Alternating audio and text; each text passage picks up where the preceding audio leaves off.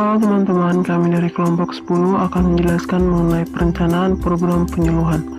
Mari kita simak. Pengertian perencanaan.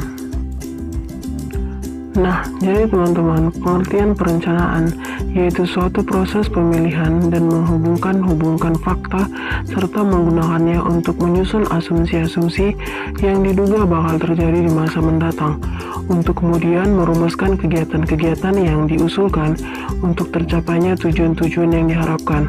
Dengan demikian, perencanaan adalah suatu proses pengambilan keputusan yang didasarkan fakta mengenai kegiatan-kegiatan yang harus dilaksanakan demi tercapainya tujuan yang diharapkan atau yang dikehendaki. Nah, ada juga nih proses penyusunan perencanaan program, diantaranya harus melalui beberapa tahapan, yaitu analisis keadaan, pengorganisasian perencanaan, proses perumusan program, penetapan program, perencanaan kegiatan, melaksanakan kegiatan, dan usulan penyempurnaan. Pengertian perencanaan program penyuluhan.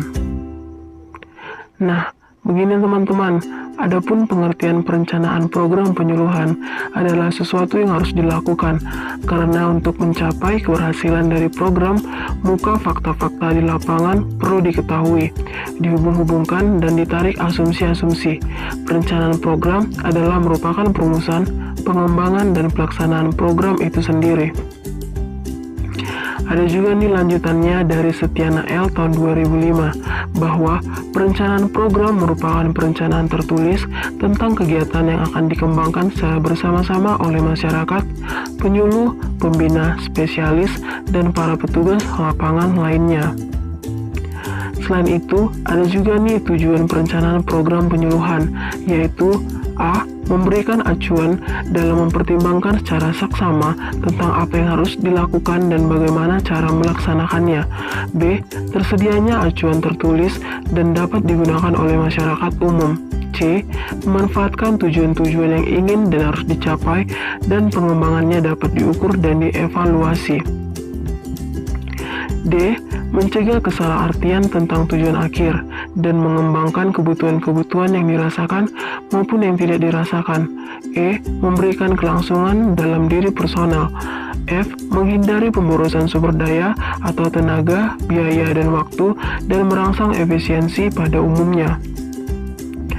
Pembahasan berikutnya itu mengenai konsep perencanaan program penyuluhan, diantaranya yaitu pengumpulan data keadaan, analisis data dan evaluasi fakta-fakta atau keadaan, identifikasi masalah, pemilihan masalah yang ingin dipecahkan, perumusan tujuan atau sasaran yang hendak dicapai, perumusan alternatif pemecahan masalah, penetapan cara mencapai tujuan atau rencana kegiatan pengesahan program penyuluhan, pelaksanaan kegiatan perumusan, rencana evaluasi, dan rekonsiderasi.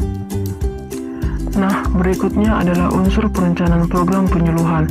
Perencanaan menurut Roger A. Kaufman 1972 Amanah 2003 merupakan proyeksi tentang apa yang akan dilakukan untuk mencapai tujuan yang baik, bernilai, dan memiliki elemen-elemen sebagai berikut. A. Mengidentifikasi kebutuhan-kebutuhan. B. Memilih kebutuhan berdasarkan prioritas guna pengambilan keputusan. C. Spesifikasi tentang hasil yang perlu dicapai untuk tiap-tiap kebutuhan. D. Identifikasi keperluan untuk memenuhi kebutuhan yang dipilih guna menyelesaikan masalah. E. Sebuah urutan rangkaian hasil yang dicapai untuk memenuhi kebutuhan yang identifikasi. Dan F. Identifikasi strategis dan taktik alternatif yang mungkin dapat memenuhi kebutuhan, termasuk menguraikan keuntungan dan kerugian setiap perangkat strategis dan taktik. Pihak yang terlibat dalam perencanaan program penyuluhan. Agar revitalisasi penyuluhan pertanian dapat berjalan secara produktif, efektif, dan efisien, perlu dilakukan identifikasi sumber daya dan program-program pembangunan pertanian, baik yang dilaksanakan oleh pemerintah, swasta, maupun masyarakat. Hal tersebut diperlukan dalam rangka penyusunan rencana penyelenggaraan penyuluhan pertanian yang komprehensif dan memadukan seluruh sumber daya yang telah tersedia. Masyarakat adalah sumber daya yang terbesar, artinya dalam perumusan program penyuluhan harus sebesar-besarnya memanfaatkan potensi sumber daya yang tersedia di dalam masyarakat sasaran sendiri, baik modal, sumber daya alam, dan sumber daya manusia, dan juga kelembagaan yang sudah ada. Dalam hubungan ini, harus selalu diingat bahwa pembangunan yang dilaksanakan adalah pembangunan dari, oleh, dan untuk masyarakat. Sehingga setiap upaya pembangunan harus menggali, mengembangkan, dan memanfaatkan potensi sumber daya yang termasyarakat. Nah, sekarang kita masuk ke pembahasan terakhir teman-teman, yaitu ukuran perencanaan program yang baik untuk mengetahui seberapa jauh perencanaan program yang dirumuskan itu telah baik. Berikut ini disampaikan beberapa acuan tentang pengukurannya, yaitu yang mencakup 1. Analisis fakta keadaan, 2. Pemilihan masalah berlandaskan pada kebutuhan, 3. Jelas dan menjamin keluasan, 4. Merumuskan tujuan dan pemecahan masalah yang menjanjikan kepuasan, 5. Menjaga keseimbangan, 6. Pekerjaan yang jelas, 7. Proses yang berkelanjutan, 8. Merupakan proses belajar dan mengajar, 9. Merupakan proses koordinasi, 10. Memberikan kesempatan evaluasi proses dan hasilnya.